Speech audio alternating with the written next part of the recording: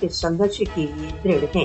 ساروبھومک سمودائے کو کشمیریوں کی بھارتیہ دمن سے مکتی کے لیے سکریہ ہونا چاہیے۔